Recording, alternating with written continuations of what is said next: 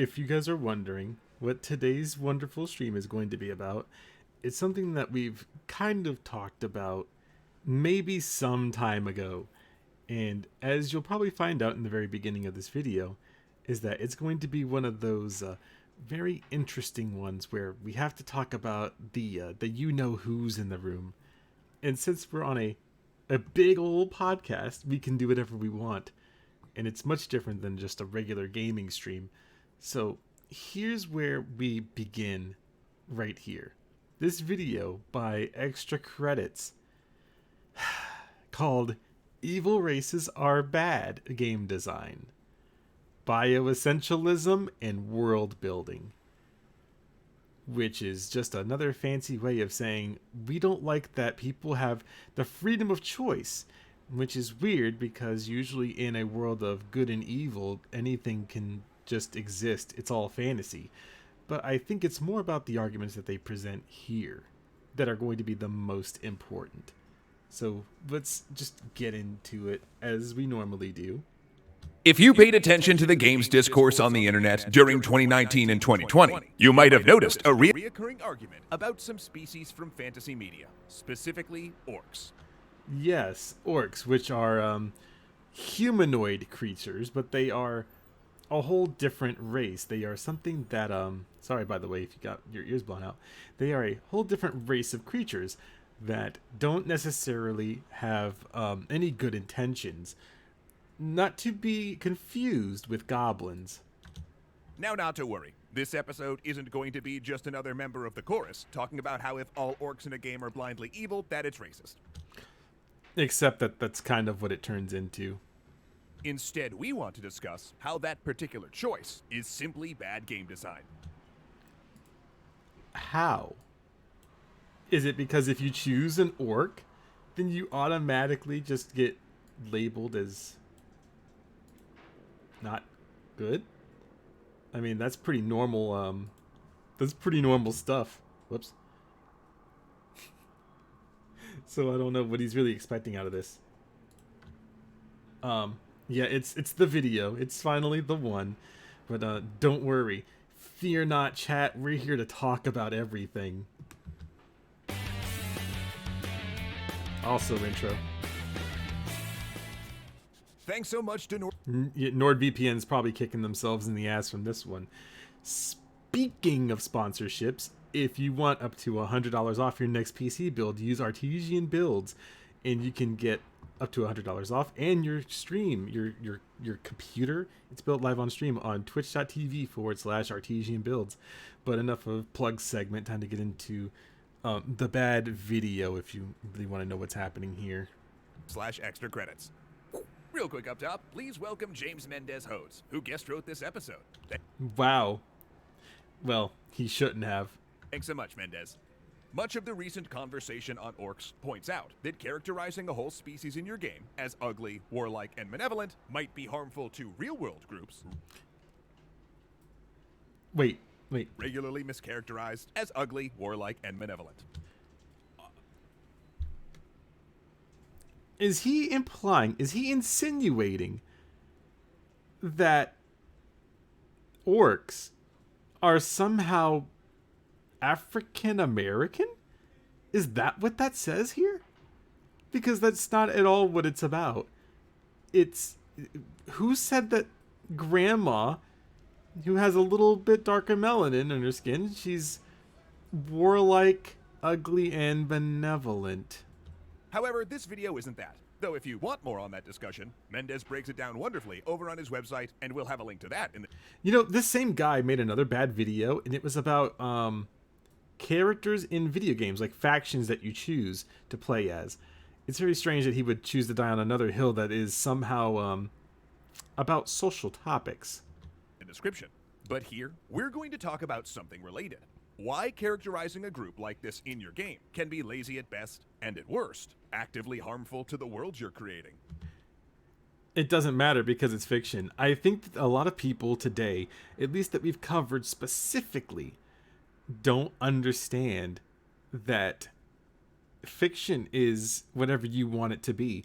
Reality is whatever you choose for it to be. When designing a game's world and populating it with fictional species, a designer might be tempted to differentiate them from one another by certain inalienable qualities, like their moral alignment. Violent versus peaceful, law versus chaos, good versus evil, and the like. Yeah. And we can make orcs evil, by the way, muffler guy. It's a common trope in speculative fiction, but especially in the context of a game, painting an entire species with the same moral brush actually weakens the entire thing. It doesn't. This idea that a certain subgroup, like race, nationality, or sex, has inalienable traits. Okay, this kind of falls into that weird G Gundam video. You guys remember that video, right? Where it's essentially the people that are telling you it's racist to categorize a group based on these things. Well, in the world of like D&D, for example, orcs can be, if you're playing the game, orcs can be evil. They don't have to be evil. They don't have to be anything. They could just be good characters. They can be like in the good alignment. Oh, this is one of the good orcs that has, I don't know, archery abilities or something. I have no idea. I don't play D&D. But they can just point out all of this stuff to make it not the way that they want to in their world. Again, this is all fictional, which means that whatever you think up is what it is. And so when it comes to biological essentialism or bioessentialism, they're going to use another $50 word to tell you about thing. Is called biological essentialism or simply bioessentialism. And it's a valid way to talk about qualities like how many legs an animal has or whether it can fly. Okay, but this isn't that. If I'm making a game about orcs and they're evil in it, then every orc in that world that I choose for them to be in is evil. Now, what this ultimately boils down to is that there's a bunch of different species. And so you can't really do the same with humans. So when humans are being, what's the word I'm looking for? When we're breaking them down, it's by their culture. The same way that the Gundam guy was talking about. If I go to a Mexican restaurant, I'm not going to expect them to know how to make a spaghetti dish or anything like that. The same way that I wouldn't go to an Indian restaurant and expect them to know how to I don't know, to make pizza or something. It's not what they do. That's not what their culture is. And so I can then make the assumption, or the assertion, if you will, that these people can be split up into those different groups. When it comes to orcs, they were a whole separate thing. Bioessentialism, if it's a chicken, like you can see here, then that means that it is going to be fundamentally different from a human, where we have arms and we don't have any feathers, things of that nature. But all too often, this concept gets misused in untrue statements, like pit bulls are a violent breed, They are. men are more logical than women, They are. or Asians are better at math. They are. Now, chances are, if a game is set in the real world, that the designers are avoiding these tropes because they aren't real, as Yeah, they're not real. multiple fields of societal and hard science can readily prove to you. But speculative fiction offers us an opportunity to reify or make real various things which don't exist, or to exaggerate things which do. But they don't exist. It's all fiction. This is a game based off of fiction. I didn't see any elves running around today, so I think we're batting 1,000. Now, bioessentialism is a tempting idea in fantasy for some of the same reasons as it is in the real world. Because to our human minds, broad generalizations are comforting. Whatever. They reduce the world to simple cut and dry categories. All orcs bad, all elves good. Root for these folks, not for these folks. Okay, but you don't have to have your game set up this way. Why is he making this so weird? But just like in the real world, bioessentialism can present problems in fiction as well. How? Specifically, a moral one. The idea that a sapient species can inherently tend towards good or evil acts, or lawful or chaotic ones. And that moral essentialism actually undercuts the greatest strength games can bring to storytelling. You know that in some games you can play as the villain? The player's own power to make meaningful, interesting choices and judgments for their characters, including moral ones. So if a game's creative choices apply a moral valuation to every member of an entire species before the players even meet them, well, now that's just taking that power away from the players. No, it's not taking power away from the players. When you drop into a world where I don't know, these blob monsters are evil, even if they present themselves as not being antagonistic, they may still pose a threat somewhere else. Again, this is a world based off of your own imagination. So when you see something like this, you immediately have to start thinking to yourself, man, are these characters good or bad? Oh, I don't care. The game tells me that they're bad. And you kind of just roll with it. No one's thinking that much. And in turn, if a group of orcs, for instance, doesn't even have a choice about their actions, are they actually evil? Because look, if a person, say, destroys a house, we call that evil because they chose to do so. But if a tornado destroys a house, well, I mean, is wind evil? No. Therefore, if a game's world building chooses to program every member of a species to destroy, aren't they more like the tornado? He's making this weird argument about, well, you don't call the wind bad, but the orcs are? Now, if the player's characters are able to make moral choices, but an entire class of NPCs is inherently evil regardless of their choice, then the game is either telling the player that moral choices don't matter, or it's simply driving a wedge between the player's morality and the morality that applies to the rest of the world. Okay, so I know that this guy never watched anything close to what is a fantasy setting whatsoever. So, it doesn't matter what choice you make. That's not bad game design necessarily. Some games are just linear. If you're playing a fantasy RPG like game, then more than likely you're going to have the freedom of choice in most of those games anyways, like in what's a better example? Cyberpunk, right? So if you play like Cyberpunk, all of your choices are kind of just useless because you can't do anything with them. All you can do is just make choice. And also, Muffler Guy's outside for some reason. He's just really weird. Oh no, it's still kind of the same color. Don't worry about it too much. It's just like this for temporary. Blocking the player from further becoming a part of it. For instance, in Warhammer 40k, this inconsistency is central to the Imperium of Man's villainous creed. Individuals' human choices make them good or evil, whereas aliens are created evil. Why is he making that generalization? If he knows anything about fantasy settings or about D&D, which is where orcs they're primarily based in, then he should know that people still make orcs and they make them good. I think even in the games like Oblivion or Skyrim, you can make orc like based characters. It doesn't matter because I think most of the NPCs in that game kind of don't like you anyways. But again, when it all comes down to the brass tacks, I don't think that he's making a very good argument of why these things are created evil. Like they're evil incarnate. That's the whole point. So you, as the good player, know that your duty is to eliminate all of the bad ones. And of course, Games Workshop made that choice to facilitate a wargame where lethal violence is the only option. Because that's what the world is based off of. Is he trying to deal like Warhammer 40k vibes in here? If we're talking about Warhammer 40k, you are good and everything pretty much around you is evil.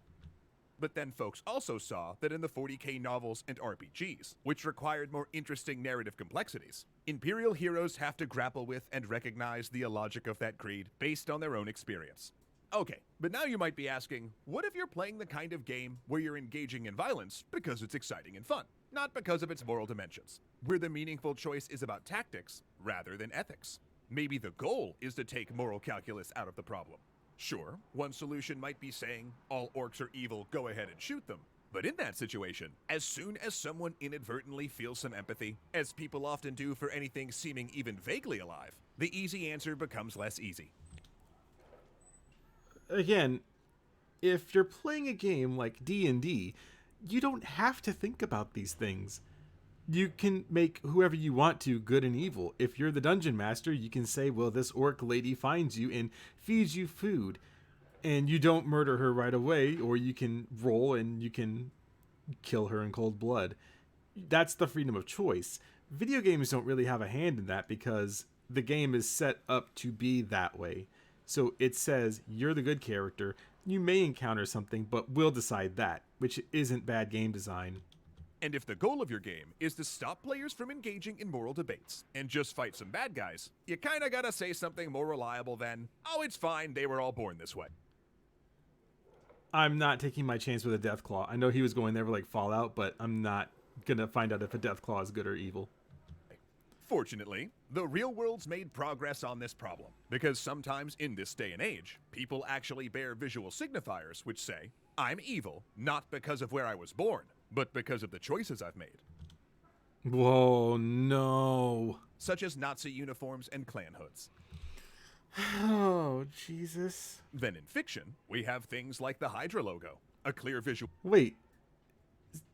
Are we doing this so we can separate the good guys from the bad guys? signifier, but one that denotes choice, not birth. And if the statement that a game is making with its backstory and symbols is that an enemy had a choice and they chose wrong, then that gets way less complicated for a game that's interested in uncomplicated violence. He's trying to make such a weird argument. I don't follow any of this because it's something that you don't have to make your characters that way. And if it's a video game, you what the fuck? So whether a game does or doesn't want its players to overthink their characters' moral choices, evil as a choice is just more effective than evil as a bioessential trait. Does he remember the game Infamous? So if you guys have never played the game Infamous, I think it's pretty good.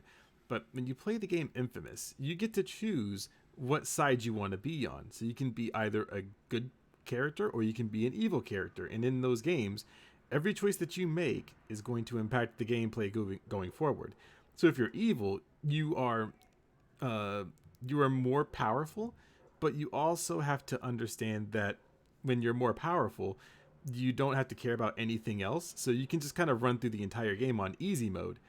But if you are doing the good side, then you have to try to, control your power a little bit more.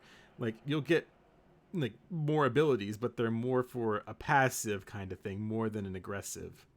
But then, of course, if everyone wearing the evil team uniform happens to be an orc, or if every orc happens to have chosen Team Evil, the game wouldn't exactly be communicating that difference very well. Because all orcs are evil in that world. A quick fix here would be to show some diversity in the evil team's hiring practice. Are we really trying to relate this to real world shit? Is he trying to say that these random orcs need to apply to not be evil? For instance, with evil humans and elves as well as orcs. They can be evil too. Or conversely, introduce orcs who have chosen good and neutral But they do that already. as well as evil. And a good example of a series getting better and better at this over time is Mass Effect. No, it's because not. in the first game, Commander Shepard never meets a nice Batarian or a fun Geth. But then, spoiler alert, most of these evil species turn out to be as complex and interesting as the human ones as the trilogy progresses. It's almost like they wrote the story that way. Shocker. Broad moral generalizations about species or culture not only doesn't make internal sense, but it also leads to less evocative, less rewarding worlds and games. To who? To this guy? To extra credits guy? But we can solve that problem by following our best creative instincts to diversify, deepen, and complicate the worlds we create and its denizens. This way, players won't be incentivized to make snap judgments about our game's orcs or aliens or undead based on moral absolutes or body types. By the way, he already kind of related orcs to black people at the very beginning. I'm not going to try to spin that in any type of way. But he said that the orcs, let me just scroll back here a little bit. Right near the beginning, he said that the orcs are this.